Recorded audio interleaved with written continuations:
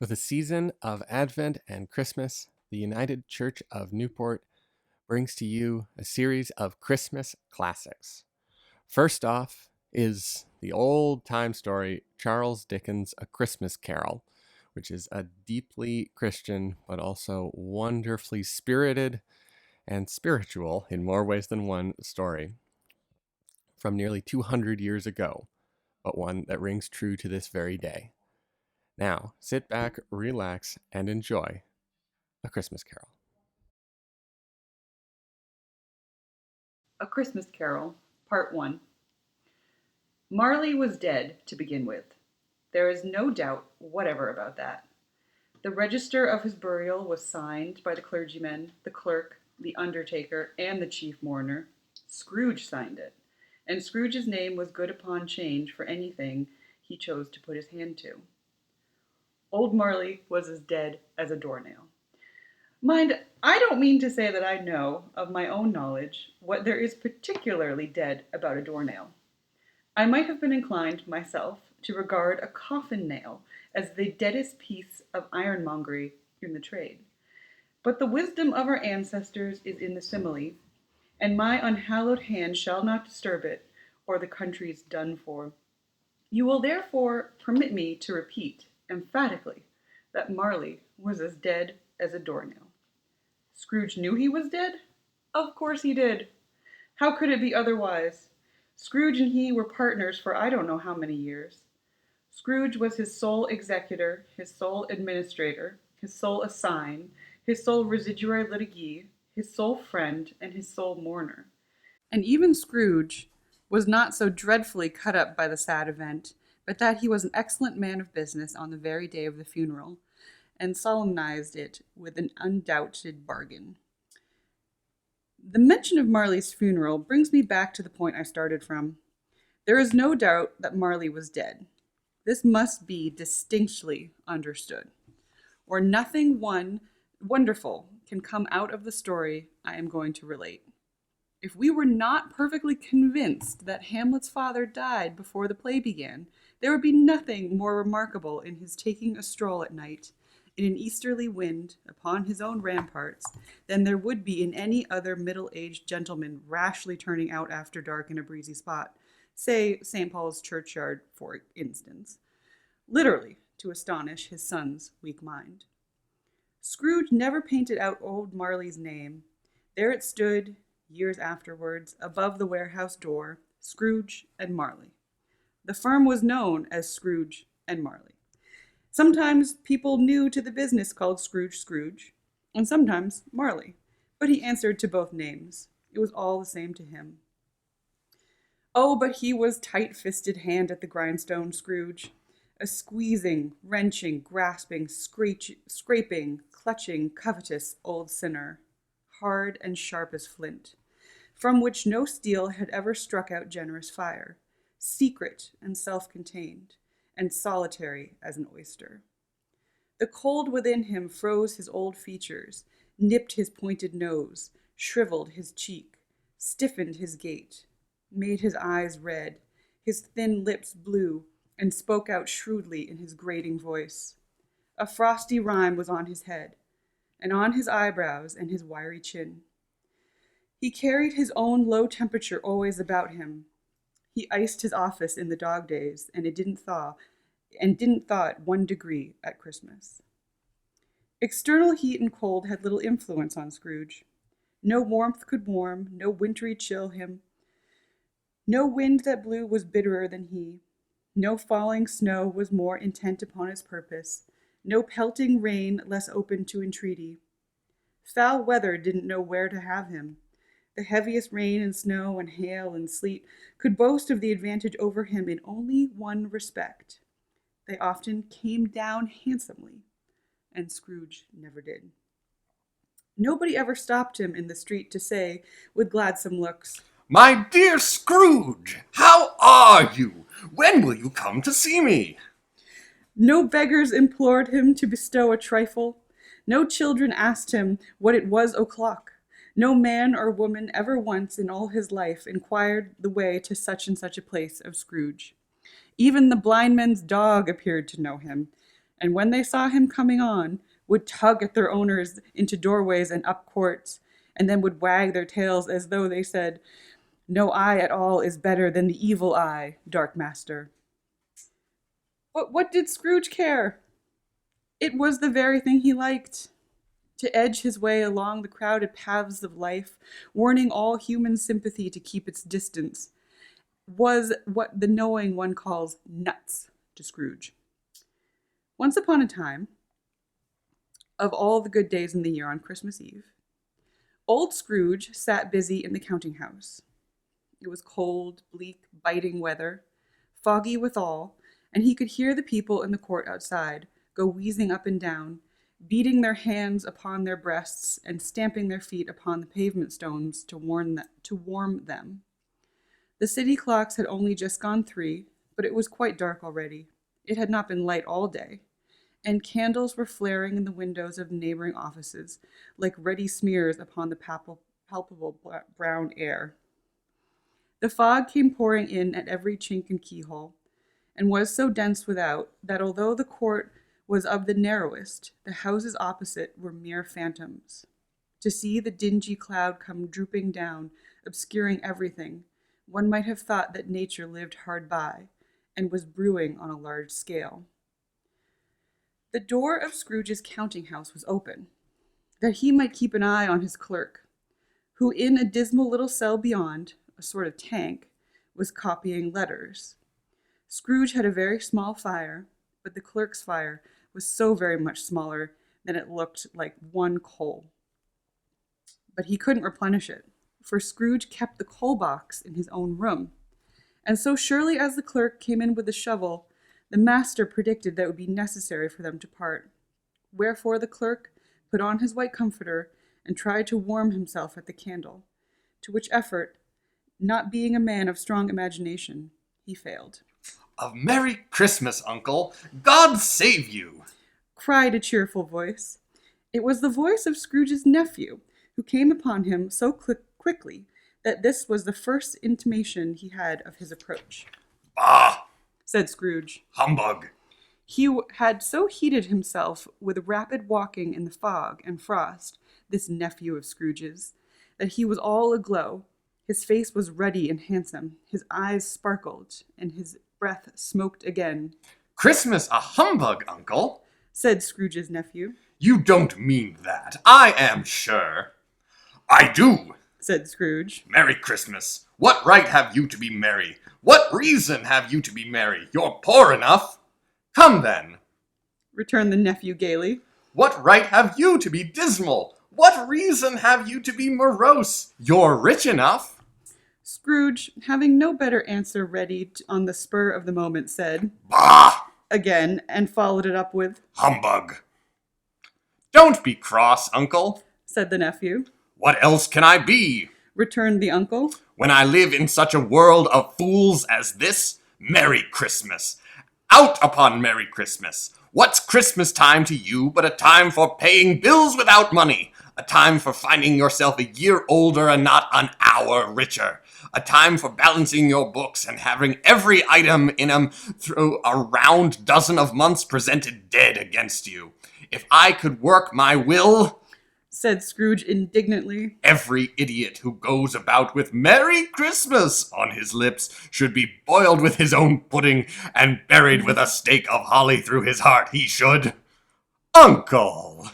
pleaded the nephew. "Nephew!" returned the uncle sternly. "Keep Christmas in your own way and let me keep it in mine." "Keep it?" repeated Scrooge's nephew. "But you don't keep it." "Let me leave it alone then," said Scrooge. "Much good may it do you. Much good it has ever done you." "There are many things from which I might have derived good, by which I have not profited, I dare say," returned the nephew. "Christmas among the rest.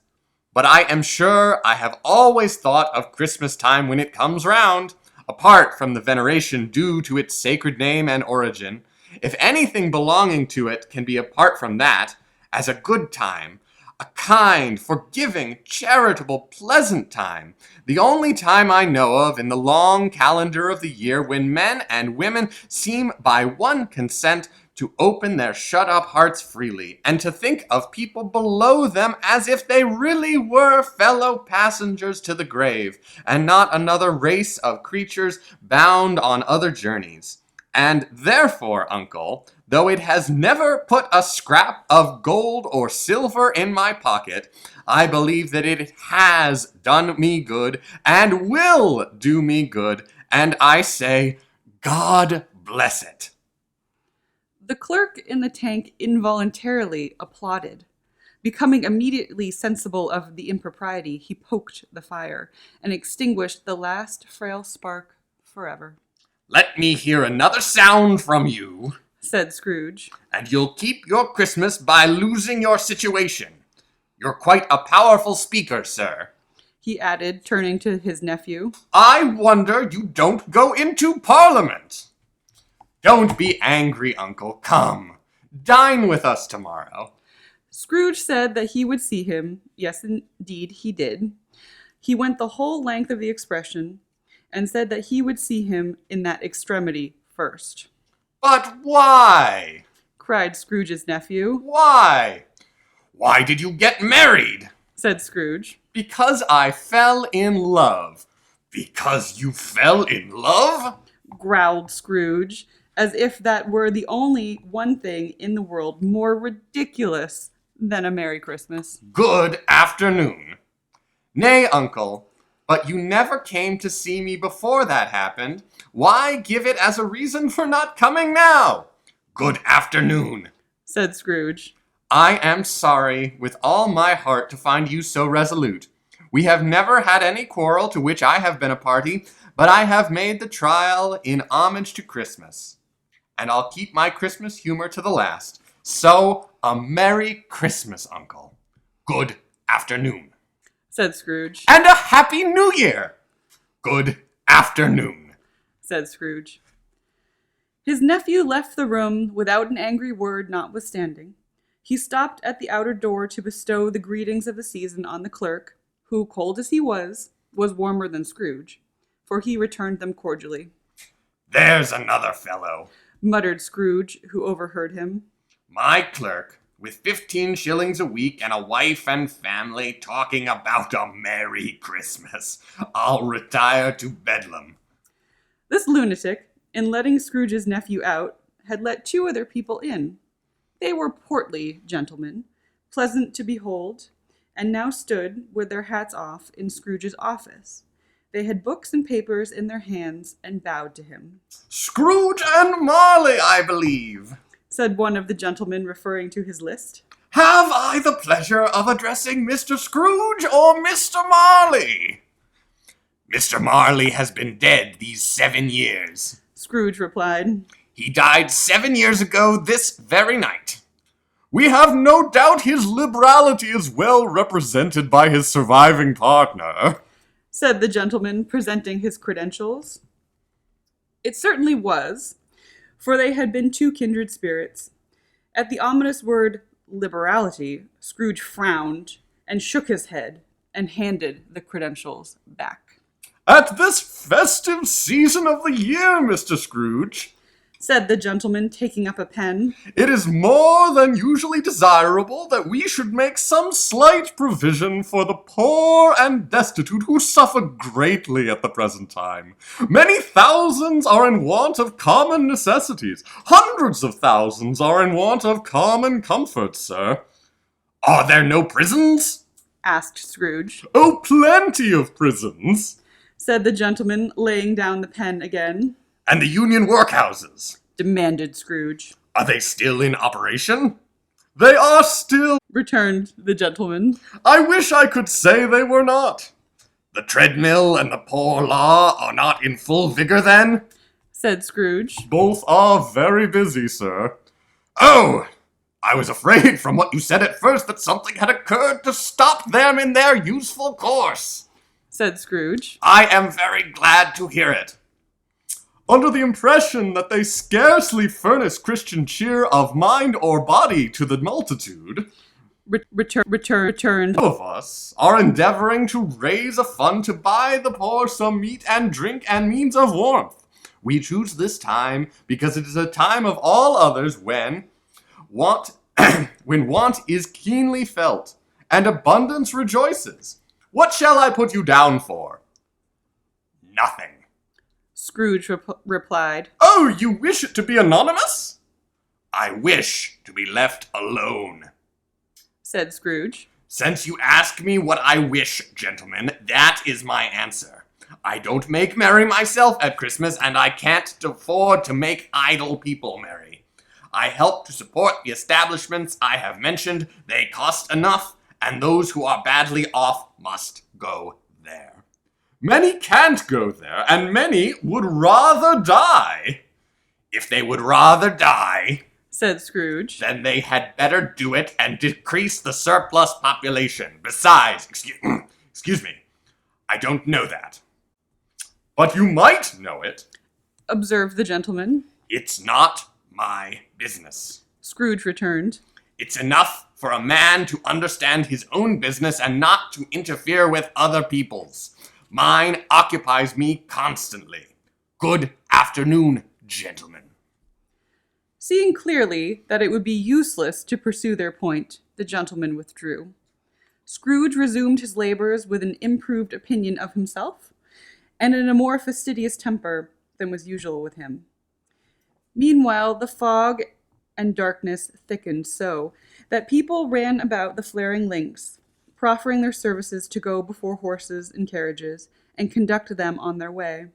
The ancient tower of a church, whose gruff old bell was always peeping slyly down at Scrooge out of a Gothic window in the wall, became invisible, and struck the hours and quarters in the clouds, with tremendous vibrations afterwards, as if its teeth were chattering in its frozen head up there.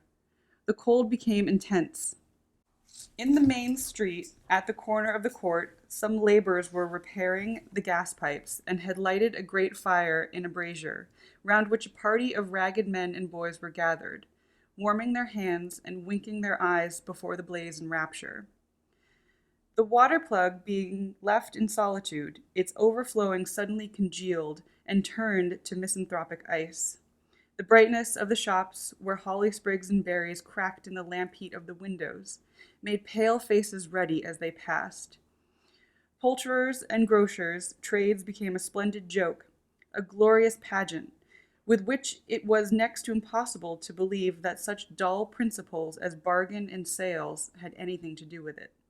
The Lord Mayor, in the stronghold of the mighty mansion house, gave orders to his 50 cooks and butlers to keep Christmas as a Lord Mayor's household should, and even the little tailor, whom he had fined 5 shillings on the previous Monday for being drunk and bloodthirsty in the streets, stirred up tomorrow's pudding in his garret, while his lean wife and baby sallied out to buy the beef.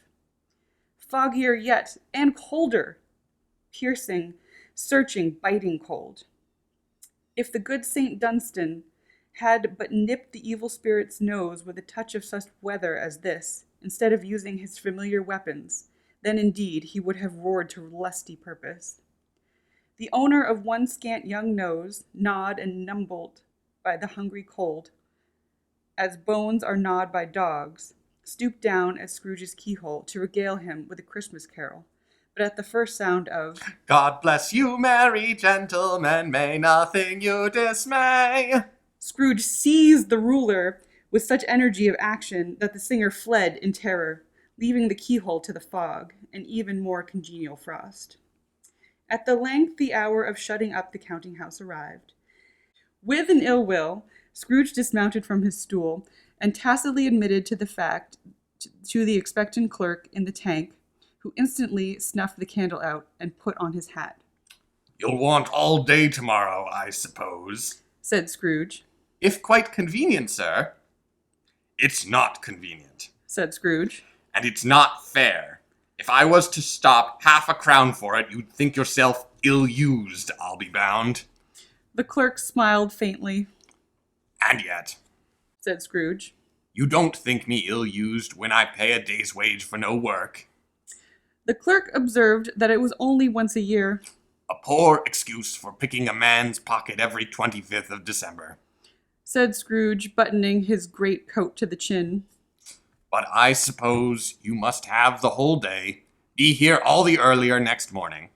The clerk promised that he would, and Scrooge walked out with a growl.